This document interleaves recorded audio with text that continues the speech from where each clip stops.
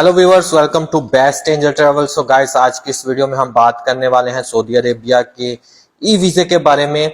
अगर आप ने अपना वीजा ऑलरेडी इशू कर लिया है थ्रू पोर्टल के जरिए से, तो आप कंफ्यूज हैं कि हम किस तरह अपने चाइल्ड का यानी कि बच्चों का वीजा अप्लाई कर सकते हैं। सो मैंने ऑलरेडी वीडियो भी उस पर बनाई थी और बहुत सारे लोग कंफ्यूज थे। तो इस वीडियो में मैं उनकी जो कंफ्यूजन है वो दूर कर दूंगा कि आप किस तरह अपने बच्चे का वीजा अप्लाई कर सकते हैं विद इजी डॉक्यूमेंट्स के साथ। तो डॉक्यूमेंट्स वही है, आपको पता ही होगा, रेजिडेंट परमिट होना चाहिए और उसकी जो एक्सपायर डेट है 3 महीने से ज्यादा होनी चाहिए और पासपोर्ट की कॉपी होनी चाहिए और आपका प्रोफेशनल मैच होना चाहिए जो उन्होंने ऑलरेडी पोर्टल में दिए हुए हैं। सो यही मेन डॉक्यूमेंट्स हैं। और आपका डाउट था कि उसमें जो बच्चा है उसका आ नहीं रहा, या मेरी वाइफ का नहीं आ रहा, या मेरे डॉटर का नाम नहीं आ रहा, तो मैं किस तरह उसको कर सकता हूँ। सो इस वीडियो में आपकी जो कंफ्यूजन है वो मैं दूर करने वाला हूँ। सो आप लोगों से रिक्वेस्ट है कि वीडियो को स्किप नहीं करना, और अगर अभी तक आपने मेरे चैनल को सब्सक्राइब नहीं किया तो मेरे चैनल को सब्सक्राइब कर ले। और जिस तरह आप लोगों ने लास्ट वीडियो में मुझे बहुत सपोर्ट दी, बहुत सारे कमेंट आए, बहुत सारे लोगों के वीजे इशू हुए, उन्होंने मुझे कमेंट किए कि आपकी वीडियो देख के हम इंकरेज हुए और हमने वीजे अप्लाई किए और वीजे हम लोगों के इश्यू हो चुके हैं। सो इस वीडियो में भी अगर आपका कोई डाउट है, अगर आपको कोई कंफ्यूजिंग है, तो आप कमेंट बॉक्स में मुझसे पूछ सकते हैं। मैं कोशिश करूंगा जल्द से जल्द आपको उसका रिप्लाई दूं। सो स्टार्ट करते हैं। स्क्रीन के जरिए से मैं आपको स्टेप बाय स्टेप लास्ट से शुरू से लास्ट तक बताऊंगा कि आपने किस तरह अप्लाई करना है अगर आपका वीजा इश्यू हो चुका है तो। सो चलें स्क्रीन पर चलते हैं और स्क्रीन के जरिए से मैं आप लोगों को गाइड करूंगा।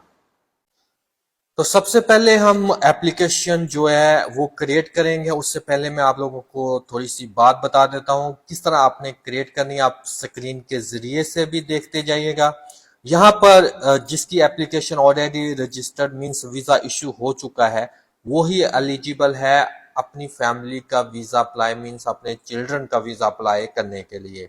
सो यहाँ पर मैं इसका जो एप्लीकेशन नंबर है वो सेव कर लूंगा, अपने पास लिख लूंगा, और उसका जो पासपोर्ट नंबर है वो भी लिख लूंगा। ठीक है, ये करने के बाद हम जो न्यू एप्लीकेशन है वो क्रिएट करेंगे। और ये पेज किस तरह लॉगिन होता है, सबसे जब आप लॉगिन करेंगे ये ऑटोमेटिक इसी पेज में आप आ जाएंगे।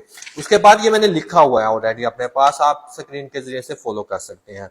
इसके बाद जब मैं न्यू एप्लीकेशन क्रिएट करूंगा, सो यहाँ पर लिखा हुआ है वीजा एप्लीकेशन, और यहाँ पर सबसे पहले हमने वीजा टैब सिलेक्ट करना है। वीजा टैब सिलेक्ट करने के बाद हमने सिलेक्ट करना है जी टूरिज्म विजिट। यहाँ बहुत सारी कैटेगरी हैं, हमें चाहिए टूरिज्म विजिट, तो हम ये सिलेक्ट कर लेते हैं।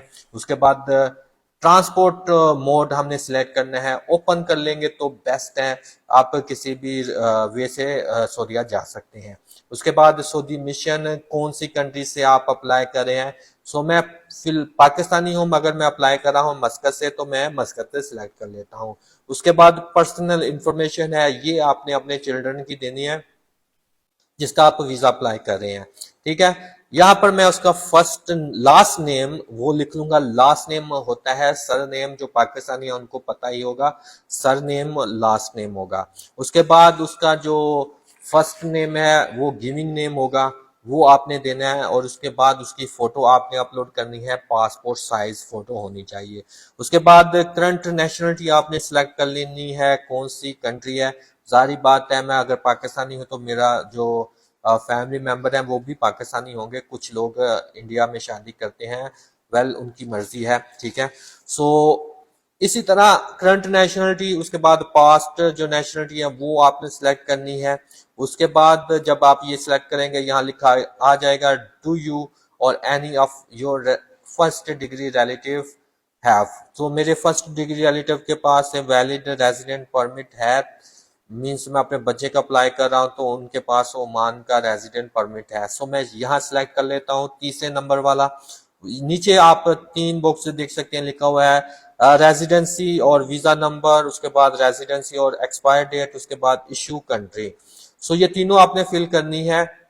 सो सबसे यहाँ जो रेजिडेंट वीजा नंबर है वो नहीं मैं दूंगा, यहाँ मैं रेजिडेंट नंबर दूंगा जो आईडी कार्ड पर नंबर लिखा हुआ है वो मैं देना है। उसके बाद ये डेट आप डिटेल अपने अपने चिल्ड्रन की देनी है, आप जिसका वीजा अप्लाई करें। उसके बाद उसके जो आईडी की एक्सपायर डेट है वो आपने देनी है। उसके बाद कौन सी कंट्री से इशू हुआ है, बहरीन, कतर, कुवैत, ओमान या दुबई, तो वो आपने सेलेक्ट कर लेना है। उसके बाद आप आ जाएंगे जी नेक्स्ट, जहां आपने ऑक्यूपेशन सेलेक्ट करना है। ऑक्यूपेशन आपने अपना सेलेक्ट करना है, क्योंकि आपके बच्चे का तो कोई ऑक्यूपेशन नहीं है, कोई वो काम नहीं करता, स्टूडेंट का ऑप्शन यहाँ पर मौजूद नहीं है। ये सिलेक्ट कर लेना है। मेरा है जी इवेंट कोऑर्डिनेटर, तो वो मैं सिलेक्ट कर लेता हूँ। उसके बाद कॉपी ऑफ पासपोर्ट मैंने देना है, अपने बच्चे का पासपोर्ट मैंने अटैच करना है। उसके बाद जो उसका परमानेंट रेजिडेंसी कार्ड है वो मैंने अपलोड करना है। उसके बाद पासपोर्ट नंबर उसका मैंने देना है। उसके बाद नॉर्मल सेलेक्ट कर लेना है। उसके बाद इशू कौन सी कंट्री में उसका पासपोर्ट हुआ वो मैंने देना है। उसके बाद डेट ऑफ इशू, कौन सी डेट को उसका पासपोर्ट इशू हुआ वो देना है। उसके बाद डेट ऑफ एक्सपायर उसके पासपोर्ट की देनी है। कौन से शहर में पैदा हुआ वो देना है। डेट ऑफ बर्थ, कौन सी उसकी डेट ऑफ बर्थ है वो देनी है। और यहाँ स्टेटस आपने क्या देना है, अगर सिंगल है तो सिंगल, वो जारी बात है, अगर बच्चा छोटा है तो सिंगल ही होगा। उसके बाद मेल आपने सिलेक्ट कर लेना है, जेंडर तो मेल है, अगर बेटी का कर रहे हैं तो फीमेल है, अगर बेटे का कर रहे हैं तो मेल। उसके बाद ऑक्यूपेशन फिर से आ गया। यहाँ होम ड्रेस आप सऊदी अरेबिया का कैसे होम ड्रेस कोई भी दे सकते हैं।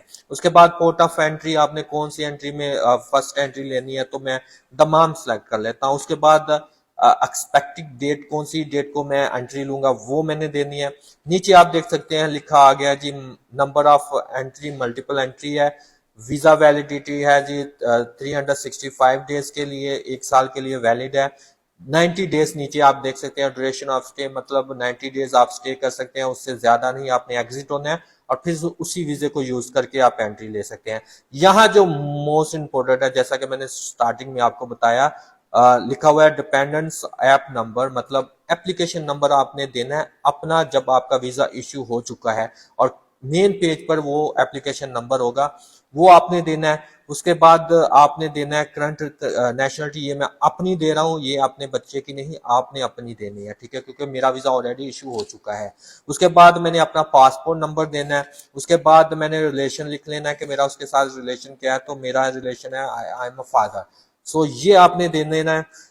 सो फादर सेलेक्ट करने के बाद यहाँ आप देख सकते हैं लिखा हुआ है उम्रे का ऑप्शन है, अगर आप उम्रे के लिए जा रहे हैं तो उम्रा सेलेक्ट कर लेना है और यस कर लेना है, अगर नहीं जा रहे तो नो कर लेना है। उसके बाद have you ever travelled to another country, इसकी जरूरत नहीं है, आप इसको नो कर सकते हैं। उसके बाद जो कैप्चर कोड है ये आपने देना है, यहाँ लिखा हुआ है जो कोड, ये दे के आपने सेव कर लेना है।